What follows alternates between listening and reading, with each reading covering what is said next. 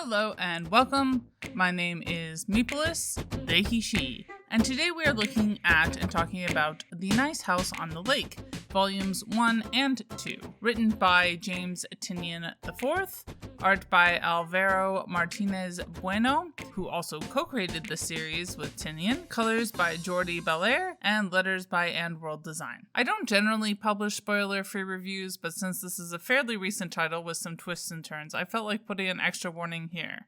So be warned. Spoilers. Originally published as single issues by DC Comics Black Label, rated for ages 17+, between August 2021 and February 2023. I read the two trade editions published in 2022 and 2023 respectively. Doing some research into whether I should read both volumes for this review, it did seem like the series was ending, although it did not come to a full conclusion. Content notes for End of the World, Mass Death, Survivor's Guilt, Body Horror, Nudity, Animal Death, Playing with Death, Character Death, and Substance Use. Moving through the creative team, this is not the first Tynion title I've picked up due to Ashley over at Realm of Comics Book Club, and I'm sure it's not going to be the last either. I initially profiled James Tynion IV in my Flight of the Prince initial review, link in the cards to check out his bio there. I also read Something is Killing the Children as part of last year's comic book club. This is my first Álvaro Martínez Bueno comic though. Clicking over to his portfolio website, quote, Álvaro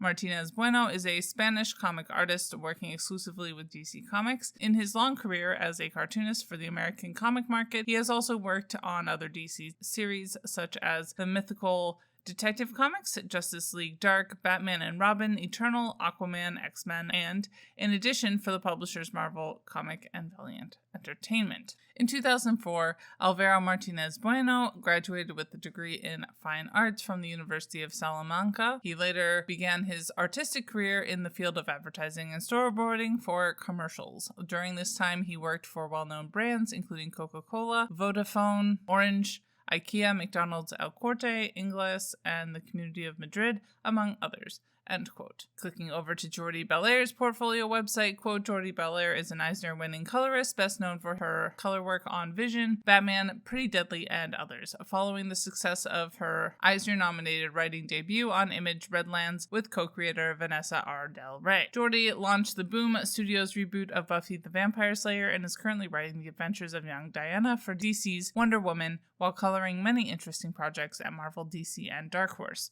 She lives in Portland, Oregon. End quote. Link again to my review of Shuri the Search for Black Panther and 24/7 Vibranium, which Jordie also colored in, and in which I failed to profile the creatives involved. Keywords that came to mind reading this duology: dysfunctional groups, savior complex, unnatural disaster, memory, and manipulation. The summary of Volume 1 on Goodreads is, quote, with Something is Killing the Children and the Department of Truth, James Tynion IV has changed the face of horror in modern comics. Now get ready for his most ambitious story yet, alongside his detective comic partner Álvaro Martínez Bueno. Everyone who was invited to the house knows Walter. Well, they know him a little anyway. Some met him in childhood, some met him months ago, and Walter's always been a little off. But after the hardest year of their lives, nobody was going to turn down Walter's invitation to an astonishingly beautiful house in the woods, overlooking an enormous sylvan lake. It's beautiful, it's opulent, it's private. So a week of putting up with Walter's weird little schemes and nicknames in exchange for the vacation of a lifetime? Why not? All of them were at that moment in their lives when they could feel themselves pulling away from their other friends. Wouldn't a chance to reconnect be nice? In The Nice House on the Lake, the overriding anxieties of the 21st century get a terrifying new face, and it might just be the face of the person you once trusted most. End quote. Moving along to the writing and the art, I really want to give top props to the artistic team here. As much as this is a written story, I was really pulled in by the way that the art style and coloration also told a vivid story, really enhancing the text and the mood through intricate framing, line quality, colors, lighting, setting, backgrounds, and textures. No one is needlessly obsessed with being too realistic here, and it shows in the best way, with such expressive colors and painterly qualities. And while I did have a bit of a hard time jumping right into such a large group of characters, not uncommon issue for me, I felt like the character design was pretty distinct. The one thing that held me up a little bit was page layout, which sometimes felt a tad bit confusing. It also didn't help that I had to read the second volume digitally, and the function that is supposed to take you frame by frame was all wackadoodle. Obviously a post-production sort of problem, but something that did impede my reading overall. In addition, it also feels like the Hoopla and Libby apps are getting a bit worse these days, but not really a them problem. Just why it took me even longer than usual to finish volume 2 and get this review up. Writing-wise, I was a bit more conflicted.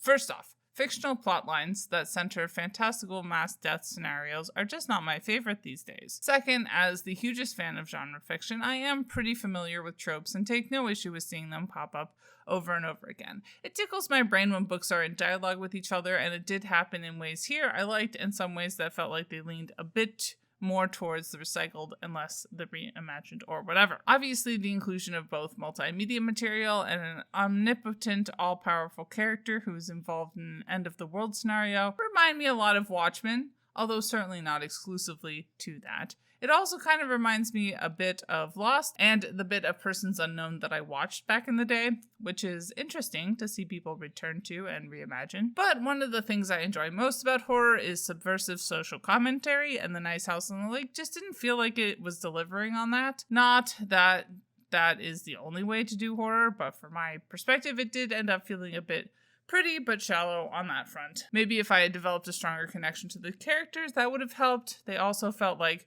pretty real people in my experience, and it's not like we don't learn anything about each of them, but beyond my own problems with connecting with large casts of character, it felt both a bit rushed in trying to know everyone and a bit lacking in stuff actually happening, which is not the most appealing combination. Looking at the different intersectionalities I highlight in each of my reviews, while not the focus of the story, we do have a fairly effortlessly diverse cast of characters across race, gender, and sexuality. Class and ability/disability felt the most one note. Wrapping things up, for all my critiques, I love the art way too much, so I think I'll still be rating both volumes 4 out of 5 stars. My apologies. Well, what do you all think? Bye y'all, keep reading Unorganized and Capitalist Depression. And as always, Literally Graphic is created on land that should be given back to the traditional landholders, which in this case is, to my knowledge, the Mississaugas of the Credit First Nation, Anishinaabe people, the Haudenosaunee Confederacy, and the Huron-Wendat Nation.